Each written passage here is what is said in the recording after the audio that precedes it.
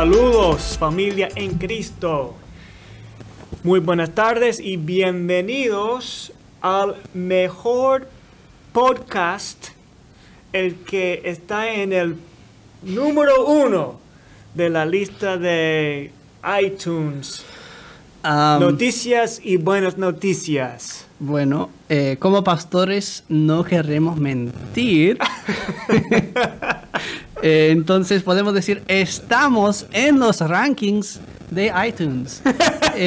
Estamos en número 1,000,004 y la semana pasada éramos número 1,000,005. Entonces estamos avanzando cada día más, ganando fama, subiendo los rankings.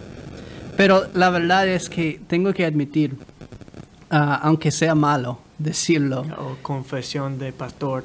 Siempre estoy mirando los números de las personas mirando el programa. Y cuando veamos, mira, hay 16 personas mirando. ¡Wow! Estamos saliendo bien. Nos sentimos muy bien. Y luego comienzo yo a hablar y veo que el número va reduciendo hasta que solo 6 personas están mirando. Y digo, ¿qué está pasando aquí? Y a veces lo miro y me doy cuenta que solo hay una persona mirando y soy yo. Y es como, wow, pero qué humillante. No, pero sabemos que ustedes lo que están mirando lo valoran y lo apreciamos mucho. Pero estamos hablando de los rankings porque hoy en el texto los discípulos están hablando de quién es el mejor. Quieren ver cómo miden entre ellos para Jesús y quizás para el mundo. Y nosotros como seres humanos siempre estamos haciendo lo mismo. Y Jesús quiere decirnos algo al contrario. Otra manera de pensar. Aunque luchamos con este pensamiento, realmente vale la pena. Si uno de ustedes está mirando ese programa y aprovechando, vale la pena. Porque estamos compartiendo la palabra de Dios.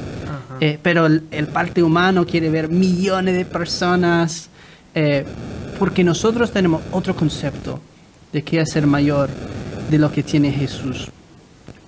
Y hablando de eso, entonces, creo que vamos a tomar un breve descanso para que podamos ir y enfocar en este texto tan especial para hoy. No lo pierdes.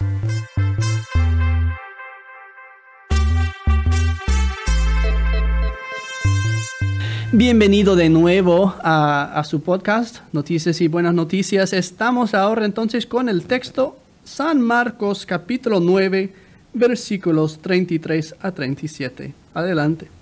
Dice así: Llegaron a Cafarnaúm y cuando ya estaban en la casa, Jesús les preguntó: ¿qué tanto discutían ustedes en el camino?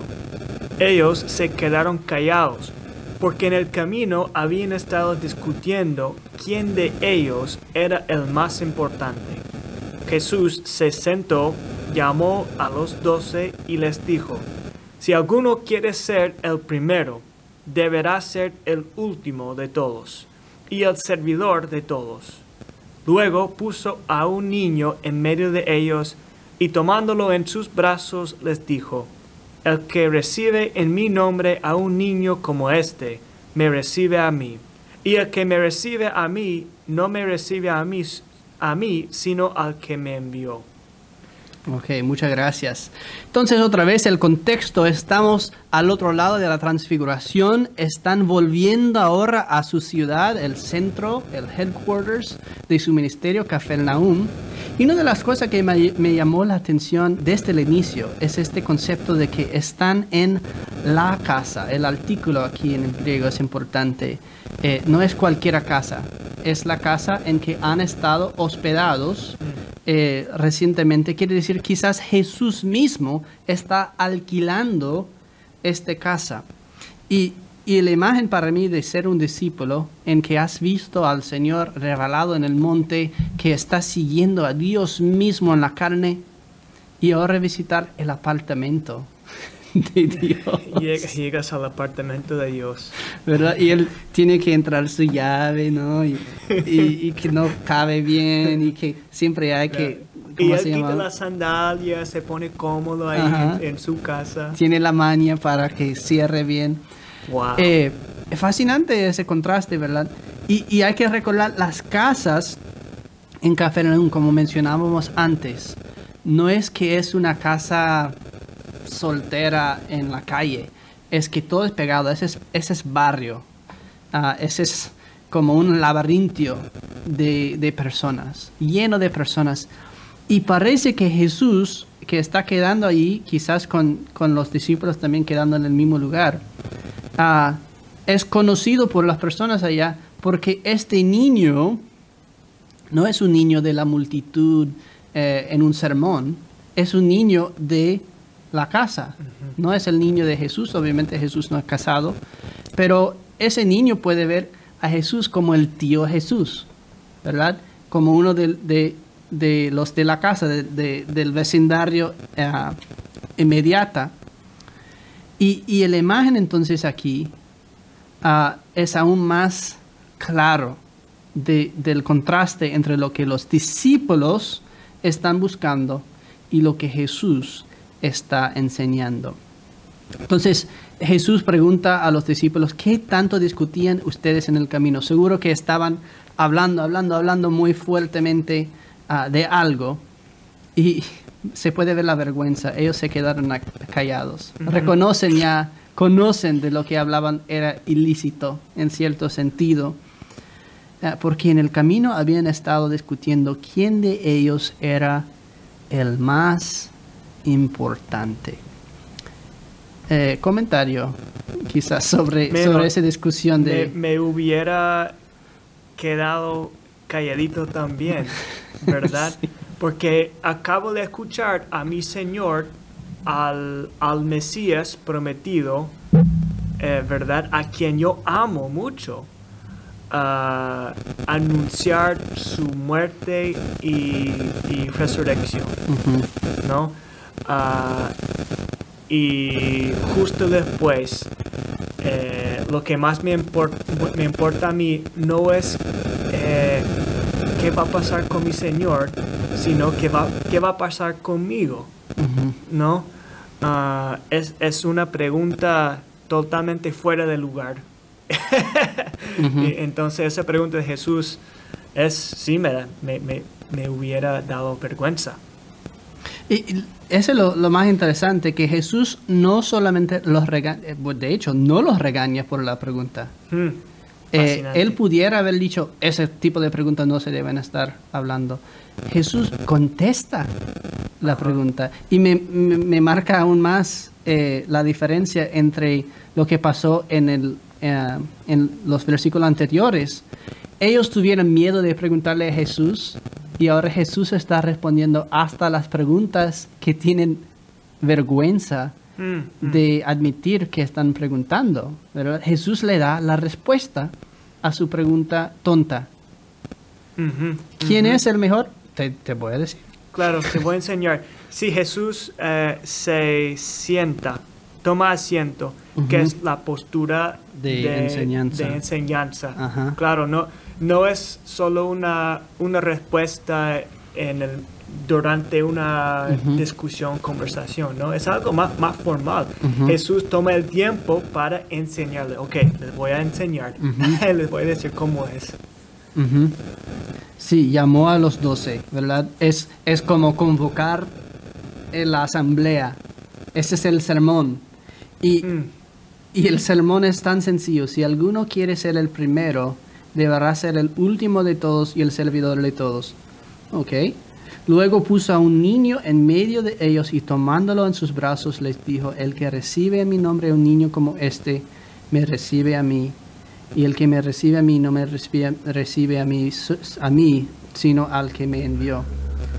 La imagen del niño como el mayor es chocante para ellos, es chocante para nosotros, pero quizás aún más para ellos. Hay que recordar, en el mundo de la Biblia, en el tiempo de la Biblia, los niños eran considerados los los de nada, ¿verdad? Claro, tenían la misma estatus social que los esclavos. Ujú. Pues nosotros en el mundo moderno occidental sí tenemos una visión alta de los nenes, Ujú. si es que los dejemos vivir, Ujú. ¿verdad? Lamento decir eso.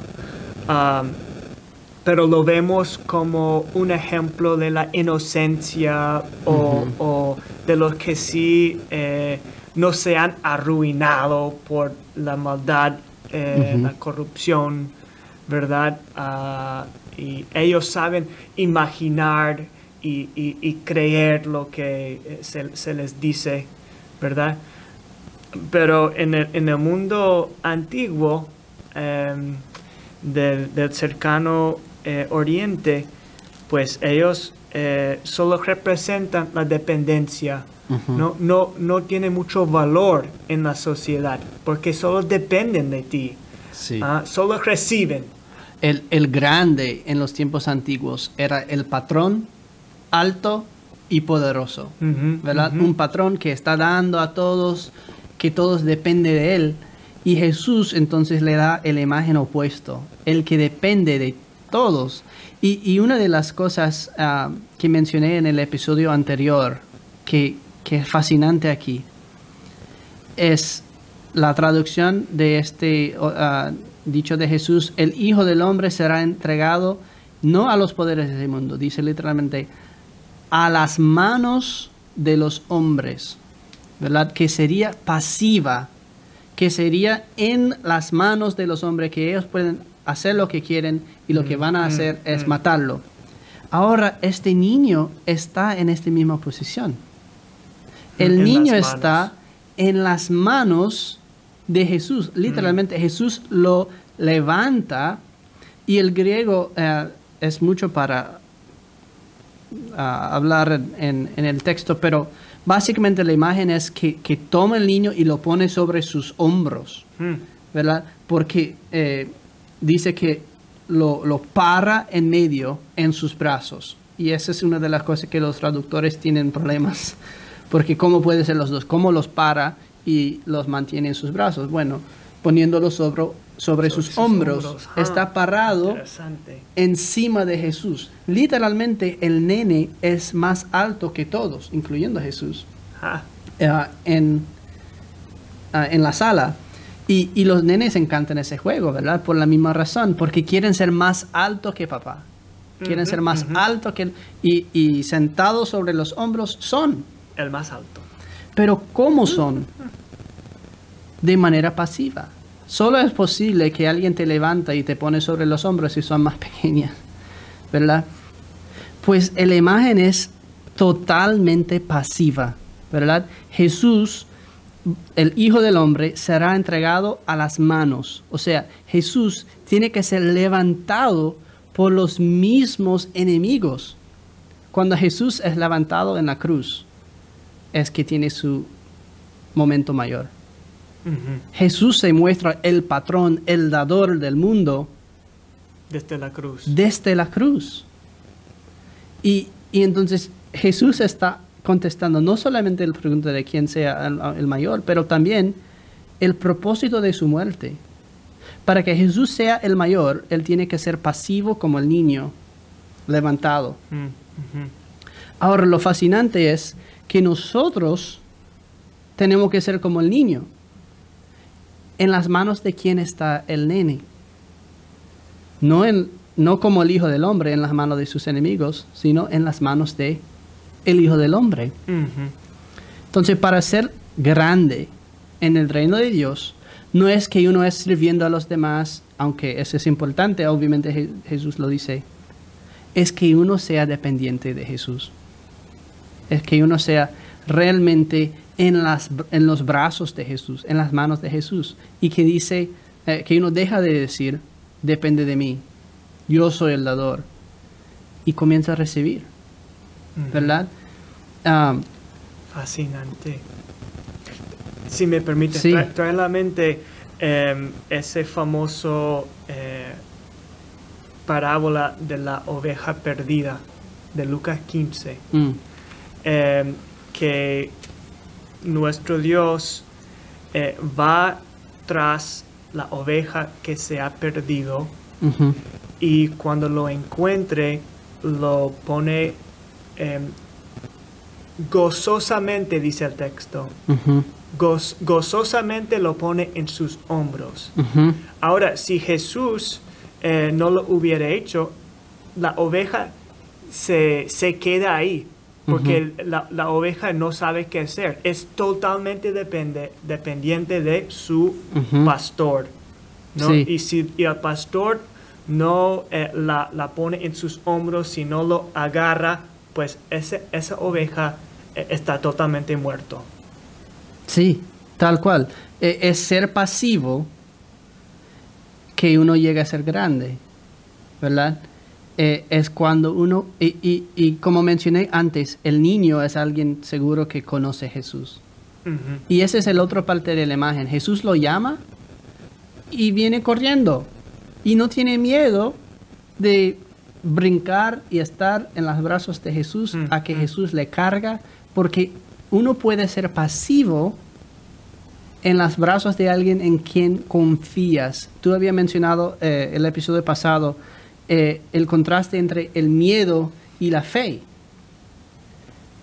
Cuando hay fe, no hay miedo. Uno no tiene miedo de estar en los brazos de papá, Ujú. ¿verdad? No es El como, amor- mi papá me va a tumbar.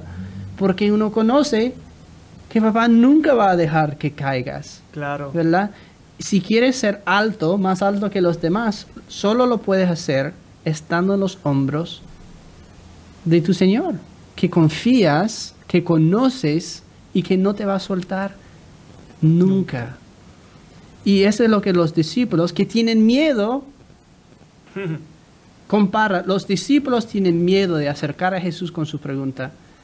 Este niño no tiene miedo de Jesús. Ujú, ujú. Él conoce, es el tío Jesús. Y ese es el ejemplo de la fe. Y realmente marca también, cuando nosotros decimos como luteranos la importancia del bautismo infantil. Este texto obviamente refiere a la importancia de los niños. Pero nuestro argumento no es que también se puede bautizar niños. No es que, bueno, normalmente se bautiza adultos, pero también Se puede bautizar a los nenes. Es que todos los bautismos son bautismos infantiles. Todos, sin excepción. Bautismo de adulto solo es un bautismo como esto. Solo es por el poder del Espíritu Santo que uno es traído pasivamente y puesto en los hombros de Jesús. Es solo Jesús que hace la obra. Entonces, la excepción no son los infantes, son la regla, ¿verdad? Todo bautismo, perdón, todo cristiano es convertido. Nadie es nacido un cristiano, ¿verdad? Todos tenemos que venir a Cristo por medio de Cristo viniendo a nosotros, por el bautismo, por la acción de Dios, pasivamente. Cuando pensamos nosotros que somos tan maduros, que hemos escogido a Cristo, estamos pensando como los discípulos aquí. Y no podemos ver a Jesús levantado, pasivo, sino es que nosotros seamos pasivos. Dejamos que Él nos instruye, que Él nos levanta, que Él nos ilumina con su Espíritu Santo. Así mismo es. Igual como Jesús le dice a Nicodemo, ¿verdad? Que el que no nace de agua y del Espíritu no puede entrar en el reino de Dios. Ujú, Uno tiene que nacer de nuevo, ujú. volver a nacer, hacerse un nene que Ujú. depende totalmente de su papá, de su mamá. Y eso es lo que nos llama a hacer Jesús en este texto. Volvernos niños, Ujú. humillarnos, que realmente, aunque parezca difícil, igual como dice Nicodemo, pero ¿cómo es posible? Pues es el milagro que trae los beneficios y los tesoros más grandes que uno se puede imaginar. Me hace pensar en mi nene Lucas, cuando yo lo suelto en el aire, cuando lo tengo en mi brazo, él tiene una sonrisa como nunca has visto en tu vida. Está lleno de gozo, está en el brazo de su papá, ¿no? Y así Jesús quiere a nosotros. Jesús no quiere que nosotros buscamos ser más altos que los otros por nosotros mismos. Él quiere levantarnos para que seamos más altos que todos. Y Él fue levantado en las manos de sus enemigos para que tú y yo seamos levantados por las manos de nuestro Salvador. Quizás ahí debemos concluir, entonces vamos a cerrar con oración. Lo hago yo esta vez. Padre Celestial, nosotros pensamos a veces que somos muy adultos, que somos muy maduros, que conocemos mucho de la fe. Sin embargo, la imagen y el ejemplo de tu Hijo es ser el último, es volver a ser niño, es ser pasivo. Señor, entonces pasivamente te pedimos que envíes tu Espíritu Santo para crear fe en nuestros corazones, para que nosotros no tenemos miedo, sino que te acercamos con corazones agradecidos y confiados, conociendo que tú nos levantas cuando seamos bajos y pequeños. Señor, te damos las gracias por nuestros bautismos, en que como niños entrábamos al reino de los cielos, en que tú nos recibiste en el nombre del Padre, del Hijo y del Espíritu Santo, en cual nombre oremos ahora. Amén. Amén. Muy bien, no pierdes el próximo episodio. Seguimos desarrollando estos textos tan interesantes y adiós a todos. Muchas gracias. Bendiciones. Un abrazo.